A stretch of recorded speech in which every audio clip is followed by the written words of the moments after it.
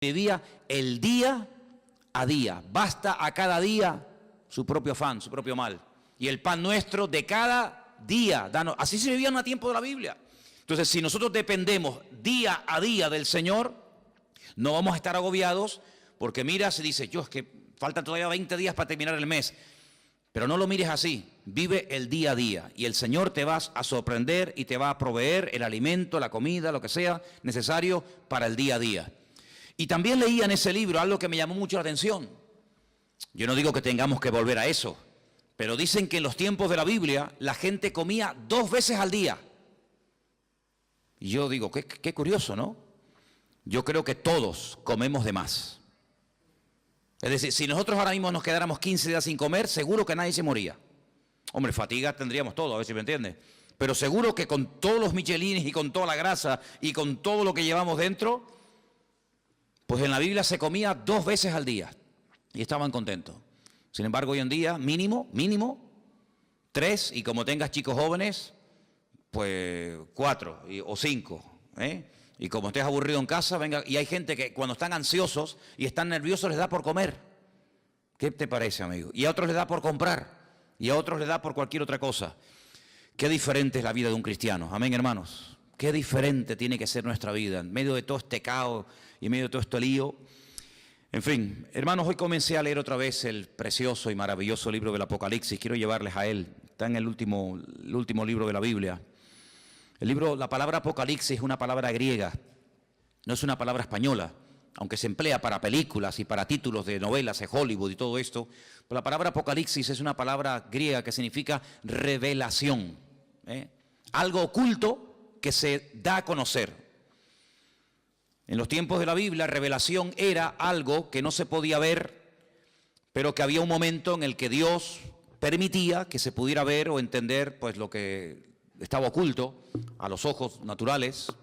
Por ejemplo, cuando se cogían los rollos, no eran libros, sino eran pergaminos, eran rollos, y cuando se abrían los rollos, ese acto de desenrollar el rollo, el pergamino para leerlo, a ese acto se le llamaba revelar, porque era algo que estaba oculto, no era como hoy en día. Yo veo que muchos de ustedes, y espero que todos, tengan su Biblia particular. Entonces lo que yo voy a leer hoy, usted en su casa lo puede leer cuando quiera, porque hoy en día todos tenemos Biblia.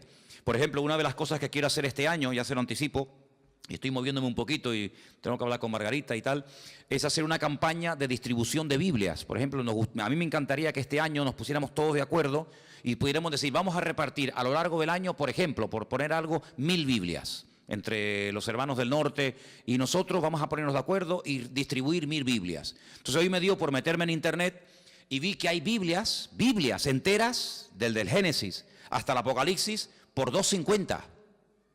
Y tú dices, pero ¿cómo puede ser tan barato una Biblia? Vamos a ver, no es una Biblia de cuero, una Biblia de estas preciosas, sino es una Biblia normal, sencillita, pero tiene lo mismo que una Biblia de esas grandotas. $2.50. Y tú te vas, por ejemplo, a un bar y te tomas un cortado y te cobran ¿cuánto? A veces, en algunos sitios me han cobrado ahí €1, que yo digo, madre mía, €1, un cortado y una cosita así. Pues una Biblia que te cambia la vida, una Biblia que es la palabra de Dios. El apóstol Juan dijo, yo no he escrito, él dice en su evangelio, yo no he escrito todo lo que le vi hacer al Señor. Y todo lo que él dijo, yo no lo escribí, porque si me hubiera puesto a escribir una por una todo lo que hizo y todo lo que dijo, en el mundo no cabrían los libros, porque hizo tantas cosas el Señor. Dice, pero estas palabras que yo les he escrito, las he escrito para que creyendo en ellas tengáis vida eterna. Entonces yo digo, un libro que te da vida eterna, un libro que te aclara dudas, un libro que te responde a preguntas, un libro que trae bendición a la familia, que trae bendición a tu vida, por $2.50, 2 cortados, como quien dice. Entonces yo pienso que sería muy bueno, y de hecho lo vamos a hacer, en este año ponernos una meta, no sé, 500, 600, 800, 1000 Biblias, y entre todos vamos a hacer una especie de campaña, ya les diré cómo tengo pensado hacerlo, para repartir la palabra de Dios. Porque hoy en día cualquier persona en su casa puede tener Biblia. Bueno, si ustedes van a mi habitación, pues yo no sé cuántas Biblias puedo tener, pues yo calculo mínimo 15 o 20 Biblias tengo que tener, como mínimo. Aparte Nuevos Testamentos y a lo mejor, ¿verdad?, en diferentes idiomas y tal. Pero en aquellos tiempos no. En aquellos tiempos no existía la imprenta, en aquellos tiempos había que ir al templo o había que ir a la sinagoga para escuchar que alguien te leyera la Biblia, pero nadie tenía la Biblia en su casa. Esto de poder tener toda la palabra de Dios, todo lo que el Señor reveló a lo largo de la historia en la mano, esto es un milagro. Esto es una maravilla, esto es una joya. Tú tienes uno de los libros más antiguos del mundo. Tú tienes aquí palabras que Dios le dijo a Moisés hace 3.500 años. Es una auténtica joya. Y este libro del Apocalipsis, gracias al Señor que lo tenemos, es un libro escrito por uno de los hombres que más conoció al Señor. ¿Quién lo escribió? Lo escribió Juan. ¿Pero Juan el Bautista o Juan cuál? Juan, el discípulo Juan.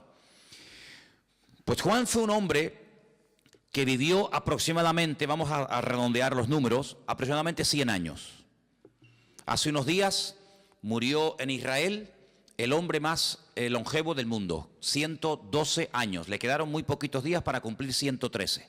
Era un superviviente de uno de los campos de concentración de la Segunda Guerra Mundial. 112 años. Hoy en día no es normal que una persona viva tanto. Y tampoco ni siquiera en los tiempos de Cristo. Pero Juan se cree que aproximadamente murió con 100 años. Para poner números redondos. Si Cristo murió cuando tenía y ascendió a la gloria, cuando tenía 33 años, y él estuvo 3 años con el Señor, vamos a poner un ejemplo, no lo podemos decir así totalmente, pero para entendernos, que Juan tuviera aproximadamente 30 años. Cuando el Señor lo llamó como su discípulo, Cristo tenía 30 años cuando comenzó el ministerio, pongamos que Juan tuviera 30 años. Si murió con 100 años, ¿cuántos años estuvo Juan predicando el Evangelio? 70 años. 70 años sirviendo al Señor. ¿Qué te parece? Toda una vida. Cuando él escribe el Evangelio, es un Evangelio muy profundo. Yo no sé si ustedes se acuerdan, yo estuve dando unas clases, unas lecciones sobre el Evangelio de Juan, y hay cosas que Juan dice que no las dice nadie. Porque claro, es que él vio al Señor muy de cerca, él vivió con el Señor, él vio cosas que ningún discípulo vio. Y cuando uno lee el Evangelio según San Juan, que repito que es muy profundo, da la sensación de que ya no hay nada más que decir del Señor. Ya te lo mostró de una manera, te lo mostró de otra, hizo esto, hizo aquello, y hablaba así, y hablaba asado. Ya, después de leer San Juan, uno dice, ¿pero qué más se puede decir del Señor? Bueno, pues cuando este hombre está en la isla de Patmos, dice como él dice, por causa de la palabra de Dios, desterrado, recibe una revelación, y cuando tú lees el libro del Apocalipsis fundamentalmente el objetivo no es hablarte del anticristo, que habla del anticristo, o del falso profeta, que también habla de él, o de los testigos, o de los terremotos, o de las plagas. Todo eso está muy bien. El objetivo, el protagonista del Apocalipsis no es el anticristo, es el Señor Jesucristo. Y Juan presenta y nos cuenta cosas de Jesucristo que si no hubiéramos leído nunca, si no tuviéramos en nuestras Biblias el libro del Apocalipsis, nunca sabríamos del Señor. Porque el libro del Apocalipsis contiene una información que no está en ninguna parte de la Biblia. Por eso es un libro fundamental. Y no solamente es un libro importante, sino es un libro necesario. Yo siempre lo he dicho, y ustedes lo saben, que los creyentes hoy en día tienen que leer y estudiar más que nunca el libro del Apocalipsis. Y prestar menos atención a las noticias de la radio y de los periódicos y de la prensa, porque realmente las verdaderas noticias, la genuina, las verdaderas, están aquí. No solamente en la Biblia, sino en el libro del Apocalipsis. El libro del Apocalipsis es un libro extraordinario, que nos da detalles tremendos, tremendos. Lo estoy leyendo otra vez, como siempre, ¿no? Detenidamente, estudiando las palabras y tal, y menciona muchas cosas del Antiguo Testamento. Por ejemplo, hoy leía acerca de los famosos 2 testigos. Los que habéis leído la Apocalipsis saben de lo que estoy hablando.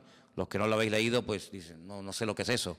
Bueno, pues los 2 testigos son 2 personas de carne y hueso que estarán en los últimos tiempos predicando la palabra del Señor durante 3 años y medio. Nos dice la Biblia cómo predicarán, dónde vivirán, cómo morirán, qué les va a pasar. Todo eso lo dice el Apocalipsis. Bueno, pues de esos 2 personajes ya habla el profeta Zacarías. Ustedes van al libro de Zacarías, capítulo 4, y allí te habla de los 2 testigos. No aparece la palabra testigos, aparece la palabra, en hebreo dice la palabra hijos. La traducción dice los 2 ungidos. y habla acerca del aceite de oliva. Sabéis que el aceite de oliva se utilizaba mucho en los tiempos de la Biblia, no solamente para cocinar, no solamente para sanar heridas, era un bálsamo, sino que también se utilizaba un aceite especial, no cualquier aceite, un aceite especial que se hacía para derramarlo sobre la cabeza de los reyes o de los profetas o de otros personajes cuando se les quería públicamente presentar como un juez, como un rey, como una persona importante, y se le llamaba ungido. La palabra ungido, Mashiach, Mashiach, ¿qué es? Ungido. ¿Y cómo se dice ungido en griego en el Nuevo Testamento? Cristo. La palabra Cristo es la misma palabra Mashiach del Antiguo Testamento. Pasa que una está escrita en hebreo y otra está escrita en griego. Como el Nuevo Testamento se escribió en griego y del griego se tradujo al español o al castellano, entonces cuando leemos el nombre de nuestro Señor Jesucristo, lo leemos así: Jesús, Cristo, Jesucristo. Pero Cristo no es un nombre, Cristo es un título. Es como decir, fulanito de tal, presidente del gobierno; fulanito de tal, presidente del Fútbol Club Barcelona; fulanito de tal, presidente del Cabildo. Cristo no es un nombre, es un título de una función a desarrollar. Por ejemplo, en este momento, a Benjamín Netanyahu, que es el presidente de Israel, se le llama el ungido, se le llama el Mesías. Y tú dices, ¿ah, sí? Sí, claro, porque es un hombre que ha sido capacitado para ser presidente de un país. Entonces, la palabra Mesías, la palabra Cristo, la palabra ungido, nos habla acerca de un cargo, no de un nombre. Jesús se llamaba Yeshua, porque él no era griego, él era judío, y él se llamaba Yeshua. ¿Cómo se dice Yeshua en griego? Jesús. Entonces, son las mismas palabras, pero cambiando, digamos, el nombre, la pronunciación. Juan recibe una revelación de él, dice en el capítulo 1, la revelación de Jesucristo. No es la revelación del falso profeta o del anticristo, no. Es la revelación de Jesucristo. Si quieres conocer mucho de Cristo, tienes que leer los evangelios, Mateo, Marcos, Lucas y Juan, pero también el Apocalipsis. Y dice, esta revelación de Jesucristo, Dios se la dio para manifestar a sus siervos las cosas que deben de suceder pronto. Y la declaró enviándola por medio de su ángel a su siervo Juan. Juan, cuando escribió este libro, dice que lo que él estaba escribiendo iba a suceder pronto. ¿Y cuándo escribió Juan este libro? En el siglo I. Y en el siglo I, cuando él está escribiendo, dice, lo que yo estoy escribiendo ahora, prepárense que esto se va a producir pronto. Pues si eso lo dijo en el siglo I, ahora en el siglo XXI, estamos más cerca que nunca de los acontecimientos finales, ¿sí o no? Es interesante, ¿verdad? Dice que ha dado testimonio de la palabra de Dios y del testimonio de Jesucristo y de todas las cosas que ha visto. Y ahora fíjate, es uno de los pocos libros, o prácticamente el único libro de la Biblia, que contiene una bienaventuranza para el que lo lee. La Biblia no dice, bienaventurado el que lee el libro del Génesis, que es una bendición leer el Génesis, ¿verdad? O bienaventurado el que lee el libro de Romanos. No, pero el Apocalipsis sí. Dice, bienaventurado el que lee, los que oyen las palabras de esta profecía y guardan las cosas que en ellas están escritas, porque el tiempo está cerca. Es decir, que por leer el libro usted ya es bienaventurado. Por escuchar, por oír las palabras de este libro, usted ya es bienaventurado. Y si encima de leerlo, y si encima de oírlo, además usted lo cumple y lo guarda, triplemente bienaventurado. ¿Qué significa la palabra bienaventurado? Viene de una palabra hebrea que significa, es ashrei, que significa rico. La palabra rico está entroncada con la palabra bienaventurado. Un bienaventurado, espiritualmente hablando, según el concepto bíblico, es una persona rica, espiritualmente hablando. La riqueza bíblica espiritual no tiene nada que ver con la riqueza material, ¿vale? Hay personas en la Biblia que no eran ricos materialmente hablando, pero espiritualmente hablando eran multimillonarios. Y hay personas tremendamente ricas en la Biblia que la Biblia dice que eran unos necios. Así que la riqueza material muchas veces no tiene nada que ver con la riqueza espiritual. A veces la gente dice, ay, mira, no tiene mucha fe porque no tiene dinero, como si la fe se midiera por el dinero. Cuando yo siempre he dicho que es más difícil, mucho más difícil, vivir con poco que vivir con demasiado. ¿Sí o no? Si yo le doy a usted todos los meses 10.000 euros, que no los tengo, a ver si me entiende, pero si yo le diera a usted o le dieran a usted 10.000 euros, ¿sería muy difícil la vida para ti? Uy, ¿ahora qué compro?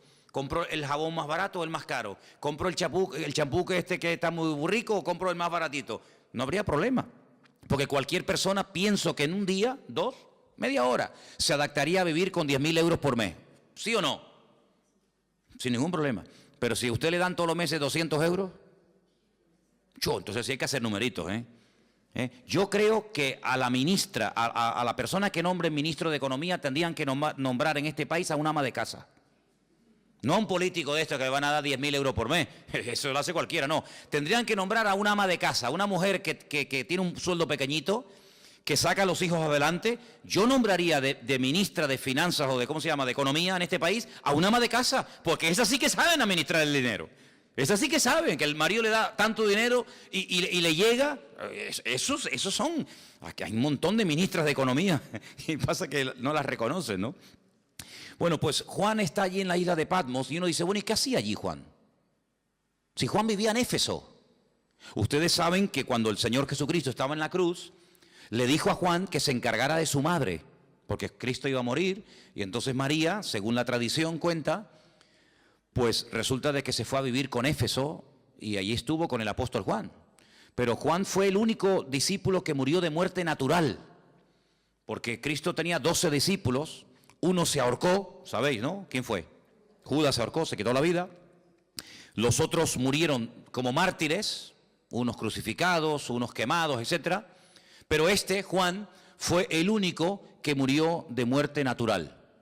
Y no es porque no quisieran matarlo, sino porque todo lo que hacían para matarlo no salía bien. Entonces los romanos decidieron ya tirarlo en la isla de Patmos, que la isla de Patmos es como la isla de Lobos, una isla de piedra, sin agua, sin nada. Allí lo botaron como un perro para que se muera de hambre. Dice que había unas canteras que mandaban a los presos a trabajos forzados y al que mandaban a Patmos de allí no volvía. Es como el que mandaban, yo que sé, antiguamente a las Guayanas, los franceses y toda aquella cosa, ¿no? Sin embargo, fue allí donde el Señor se le presentó y donde el Señor le dio un mensaje para todas las congregaciones de Asia Menor. ¿Asia Menor qué es en la Biblia? Cuando se dice de Asia Menor era Turquía, hermano. Ese país que está medio en Asia, medio en Europa. Un país que tiene más de 90 y pico millones de habitantes, un país musulmán. Allí en Turquía era donde estaban las famosas 7 iglesias del Apocalipsis. Éfeso, Esmirna, Pérgamo, Tiatira, la Odisea, Sardis.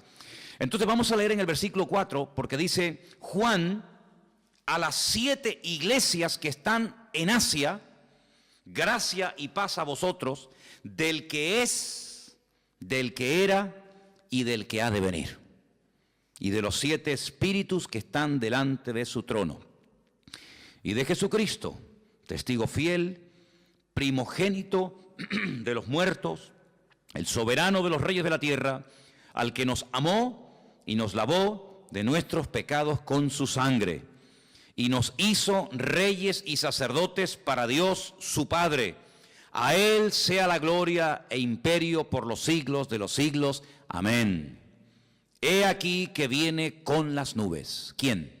El Señor. Viene otra vez, Pero algunos dirán, pero no vino ya. Sí, ya vino, pero vino a morir. Vino como cordero sufriente. Vino para derramar su sangre por los pecadores. Pero ahora viene otra vez, pero no en relación con el pecado.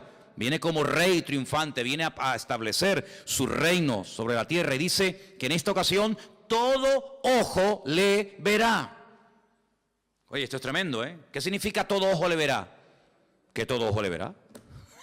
Que todo el mundo le va a ver cuando venga. En la primera venida no todo el mundo lo vio.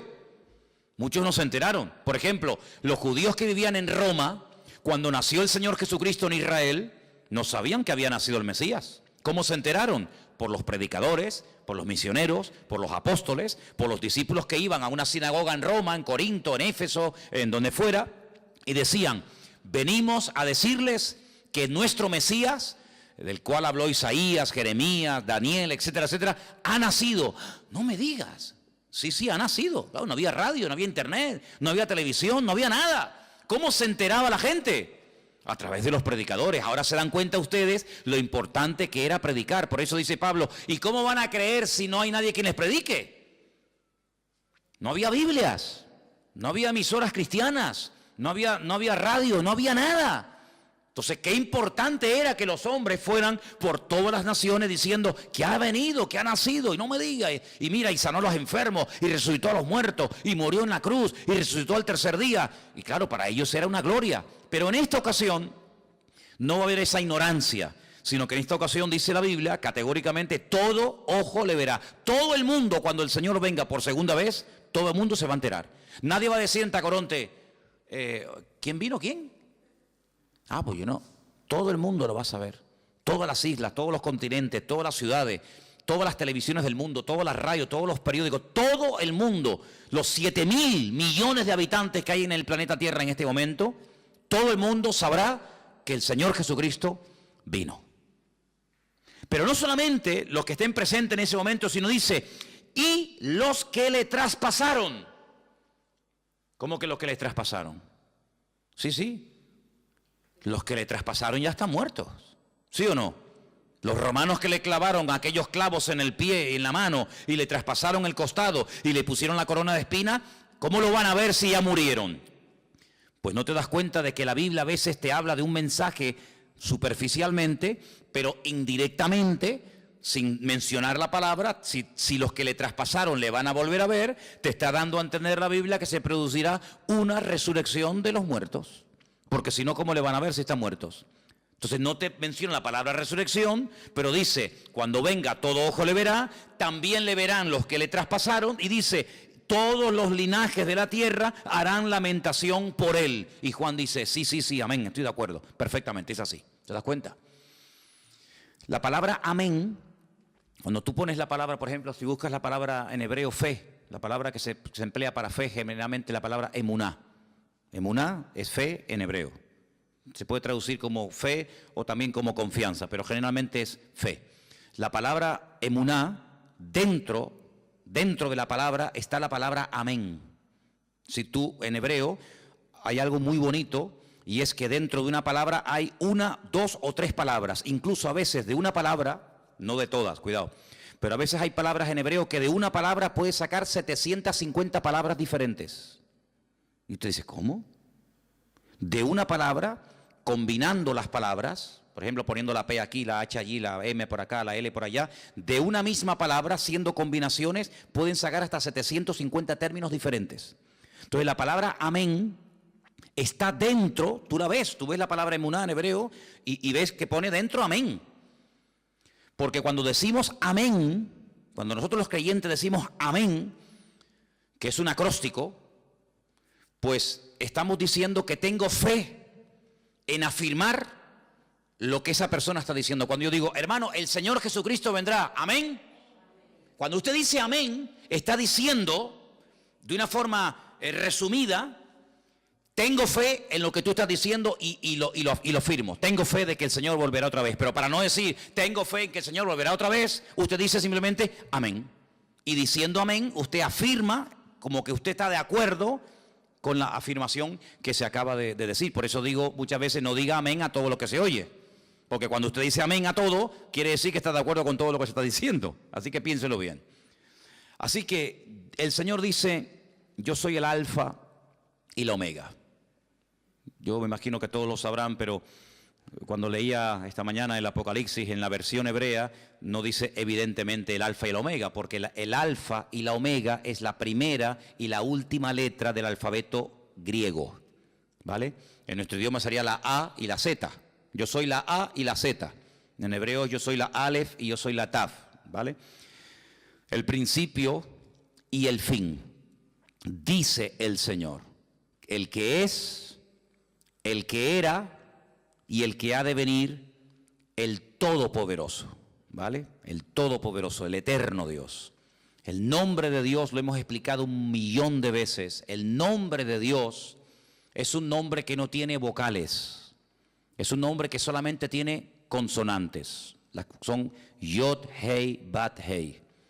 A menos que usted le ponga vocales a esas letras, no se pueden pronunciar, porque ¿cómo vamos a pronunciar una palabra si no tiene vocales?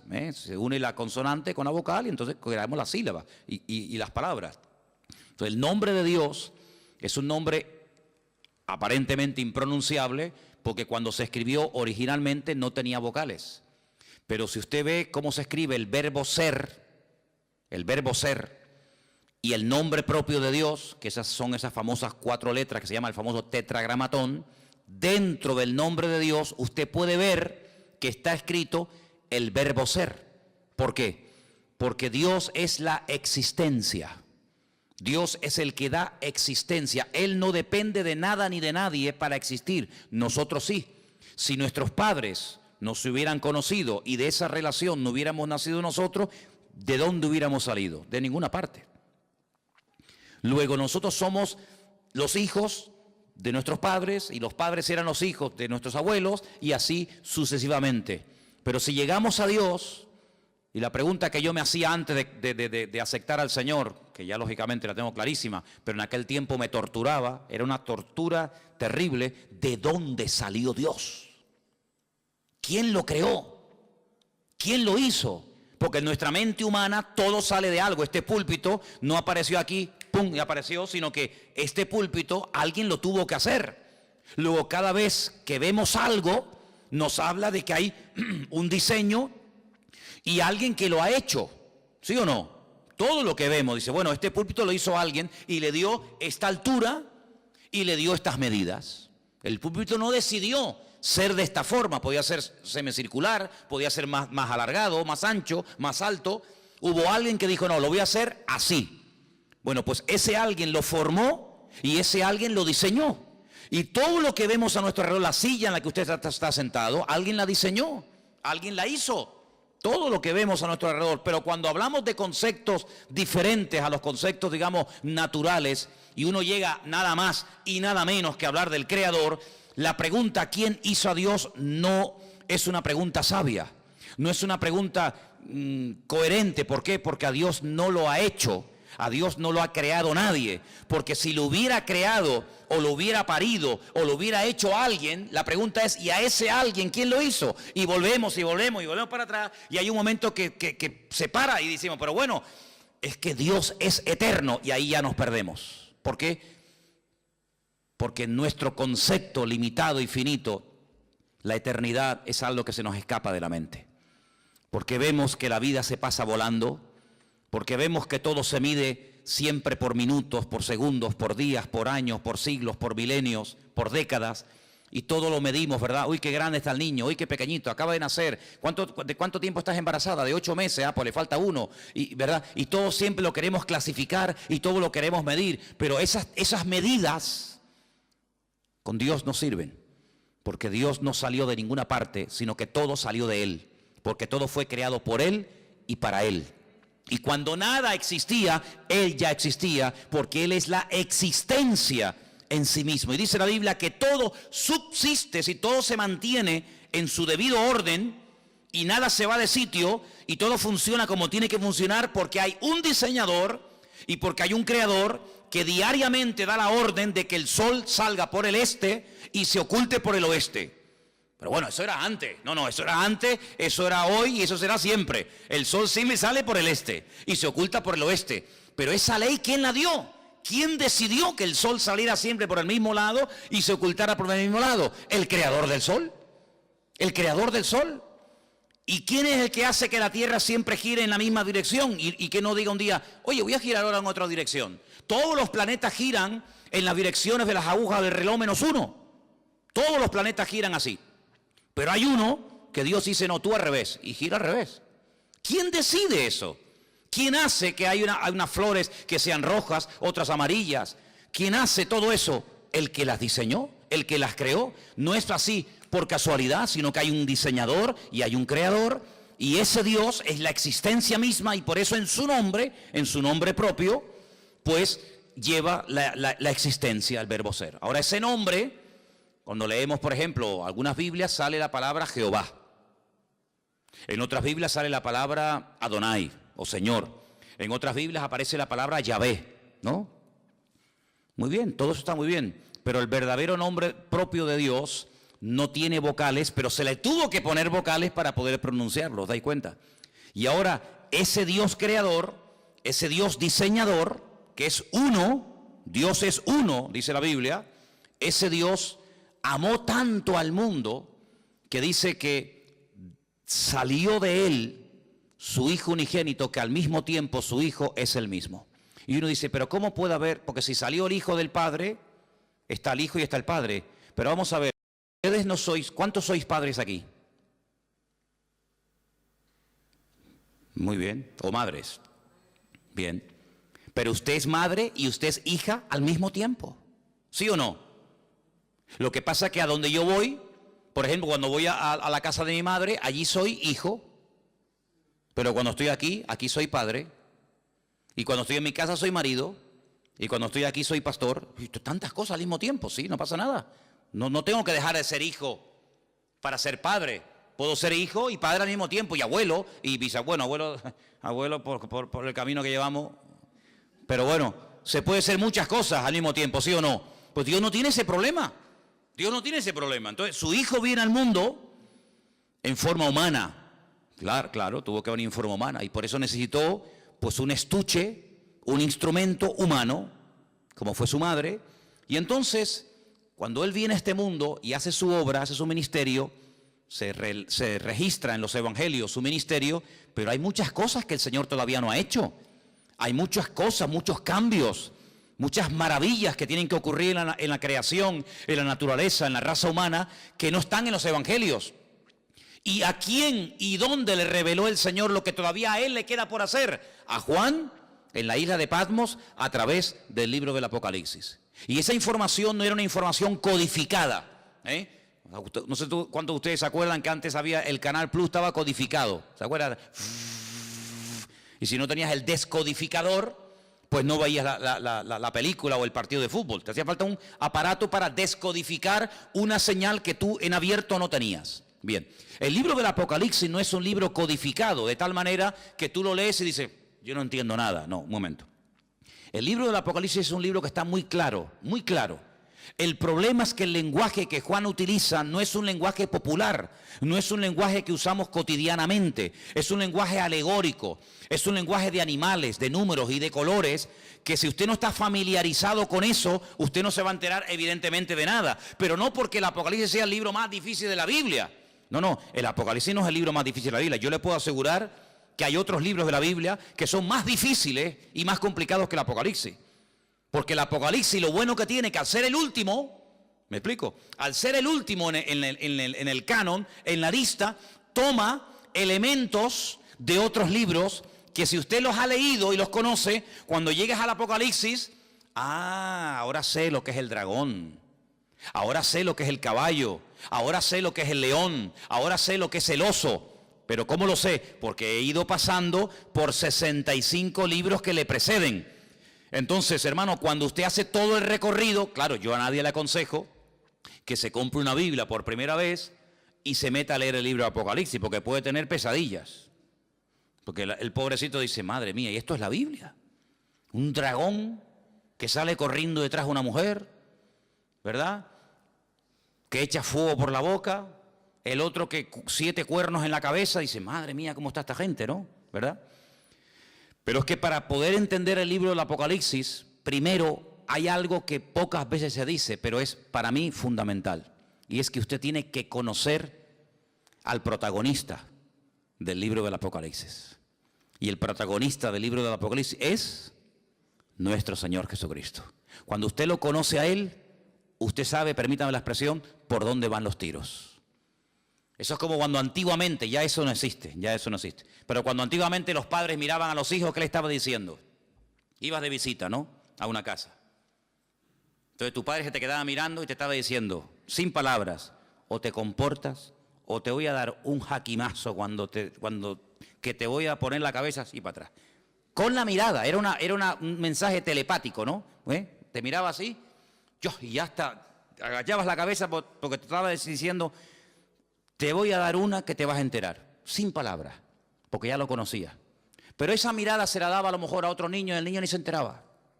Cuando tú conoces a tu marido, tú sabes cuándo está enfadado y cuándo está de buen humor. Por eso hay mujeres que dicen, ahora no le digas nada, espera mañana.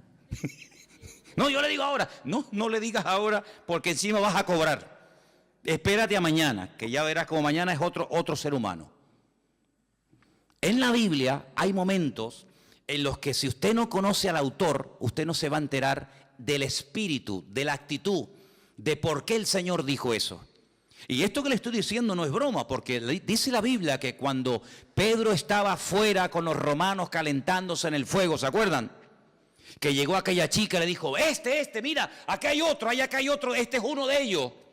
Y él decía, no, yo no soy de ellos. Lea usted en la Biblia, y hay un momento en el que dice que la mirada de Cristo se cruzó con la de Pedro. Cristo le dice así. Tú estás diciendo, no, yo no le conozco, y Cristo le dice así. Y se le quedó mirando, y dice la Biblia, lea esto, léalo, es tremendo. Dice, y saliendo lloró amargamente. ¿Qué mirada le habrá lanzado el Señor? No, yo no le conozco, yo no sé quién es, yo no quiero saber nada de ese hombre.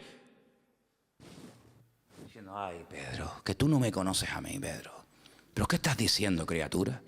Lo rompió, ya con la mirada dijo, madre mía, lo que estoy así, salió corriendo y se echó a llorar porque no pudo aguantar aquello, una mirada que lo rompió, ¿verdad? Que lo rompió. Entonces, cuando uno va al libro de Apocalipsis, uno puede leer comentarios y puede preguntar a este y al pastor tal, y puede leer, pero si tú no conoces al autor, el libro te va a sonar a chino. Y que yo sepa aquí, nadie sabe hablar chino.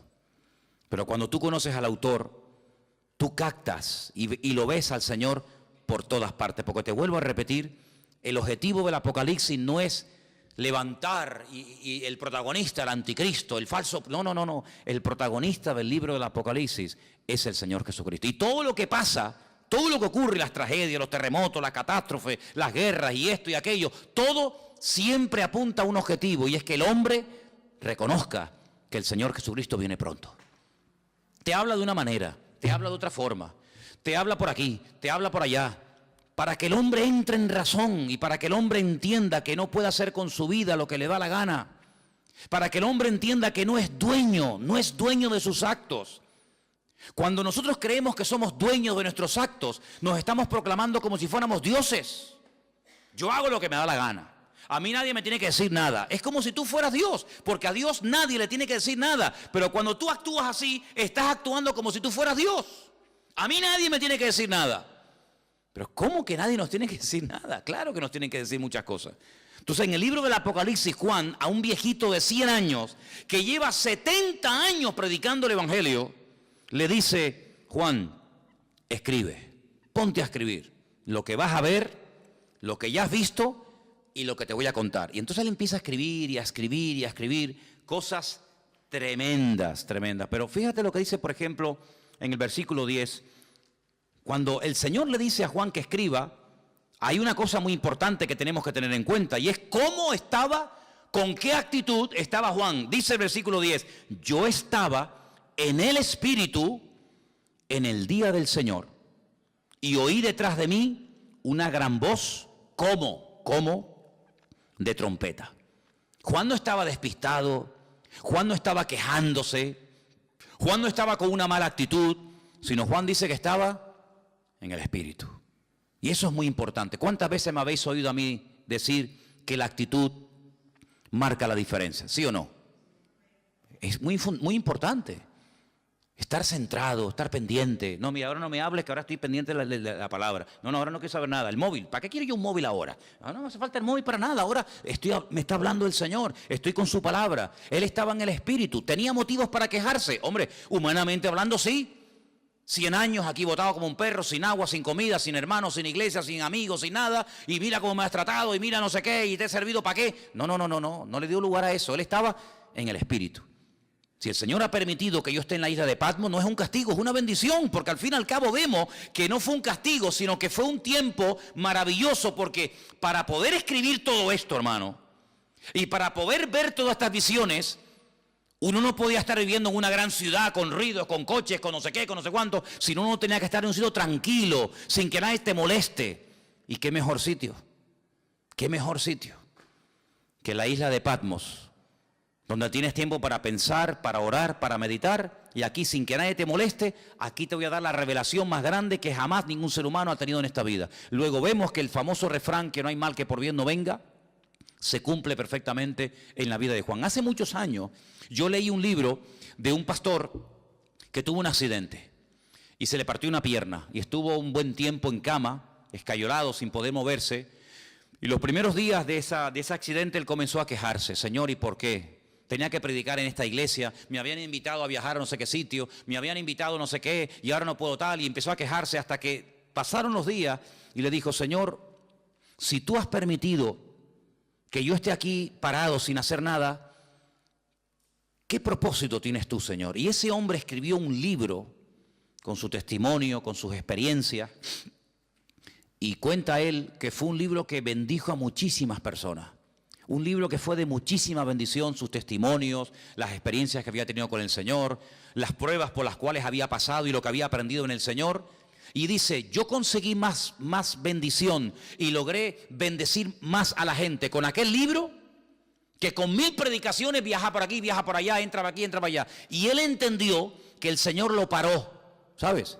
Él entendió que el Señor permitió aquel accidente para que durante un tiempito tranquilo pudiera escribir un libro que después sería de tremenda bendición para muchísima gente que lo leyó.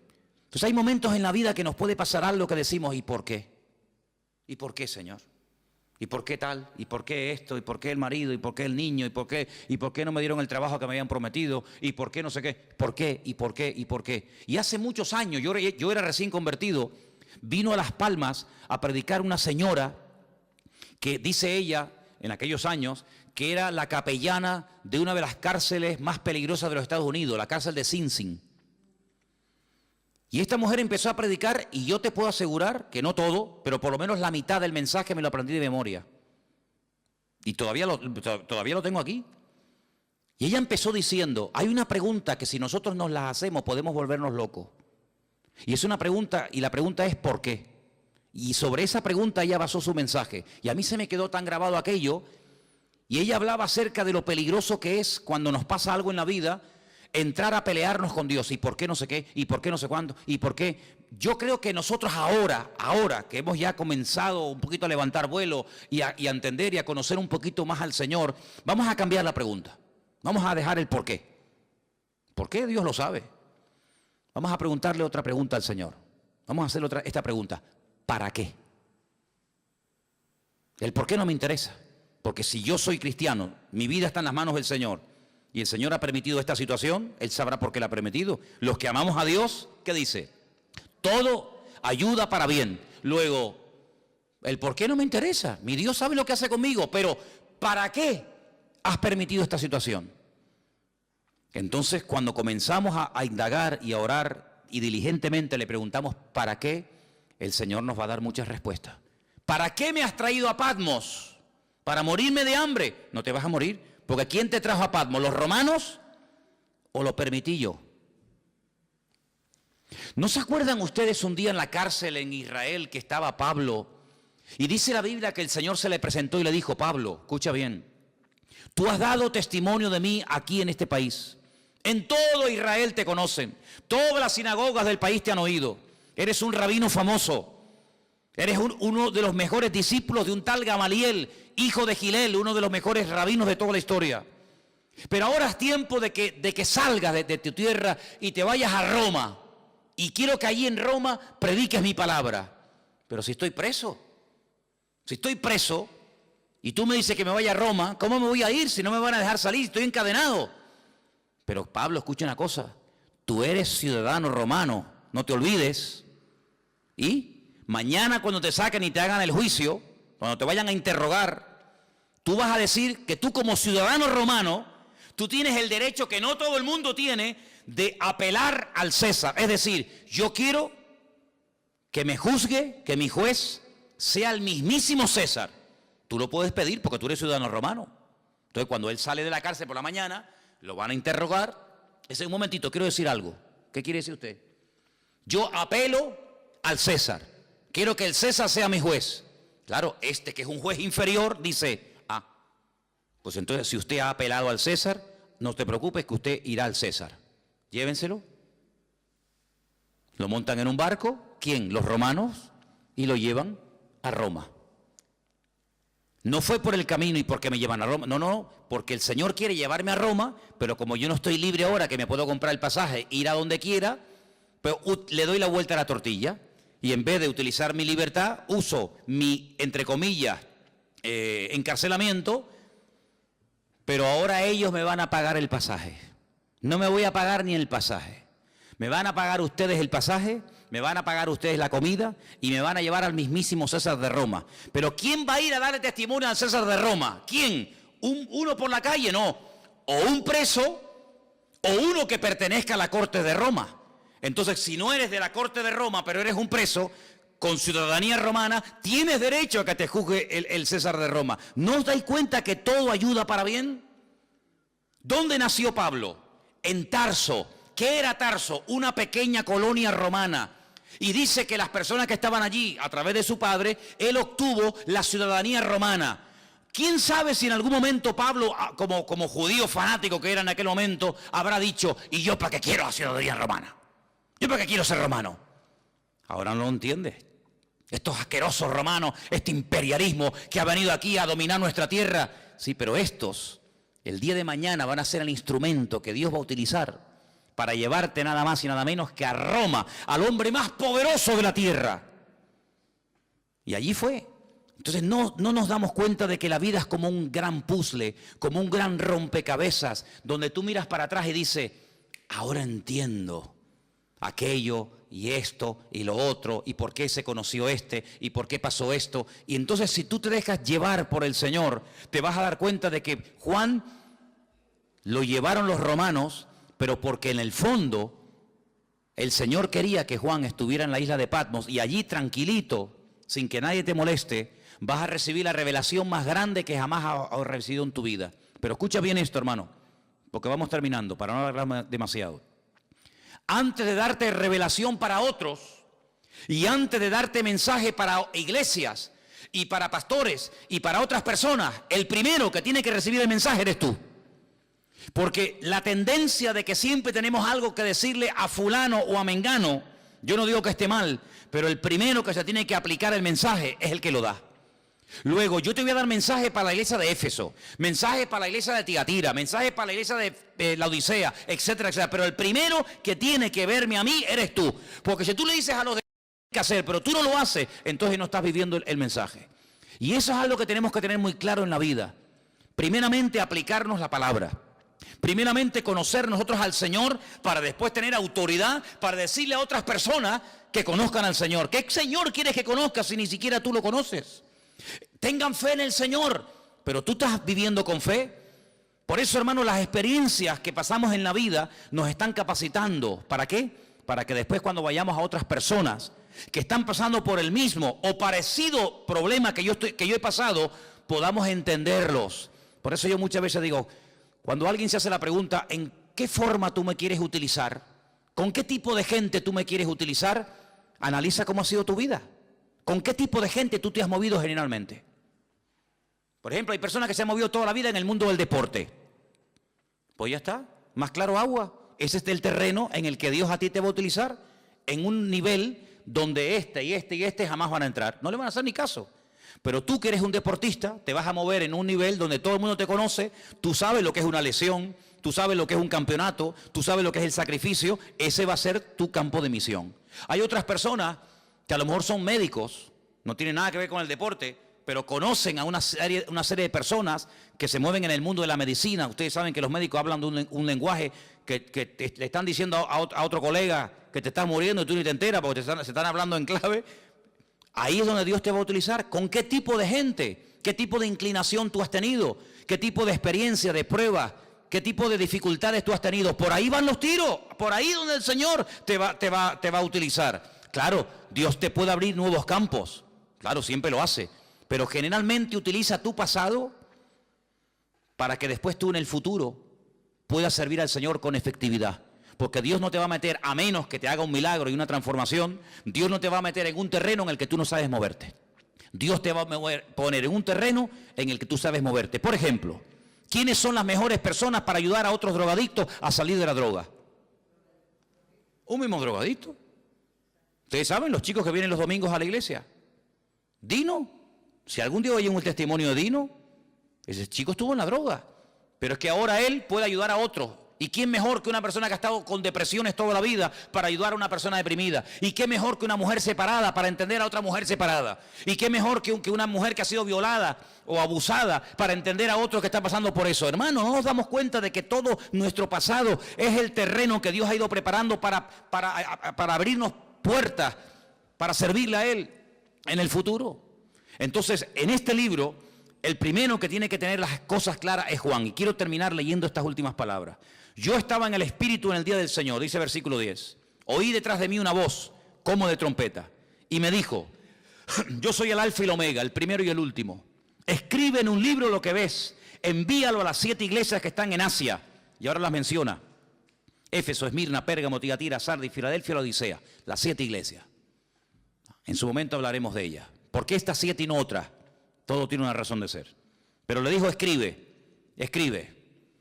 Ahora cuando vayamos al retiro, no sé si ya lo habéis leído, yo creo que esa parte le toca a los jóvenes. Hay un momento en el que el Señor le dice a Moisés: escribe. ¿Lo habéis leído? No lo habéis leído. Dice: escribe esto, esta batalla, lo que ha pasado hoy aquí.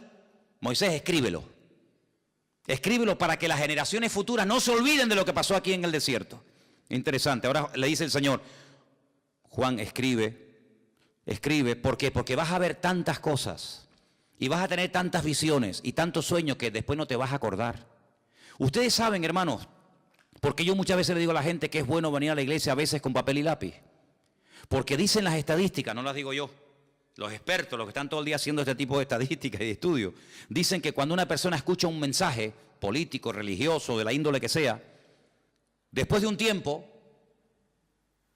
se puede llegar a recordar con el tiempo un 10% de lo que se oyó perfectamente. Y el otro 90%, algunos oyen 25%, pero generalmente, si yo les pregunto a ustedes dentro de 15 días de lo que yo hablé la semana pasada, muchos de ustedes ya no se acuerdan.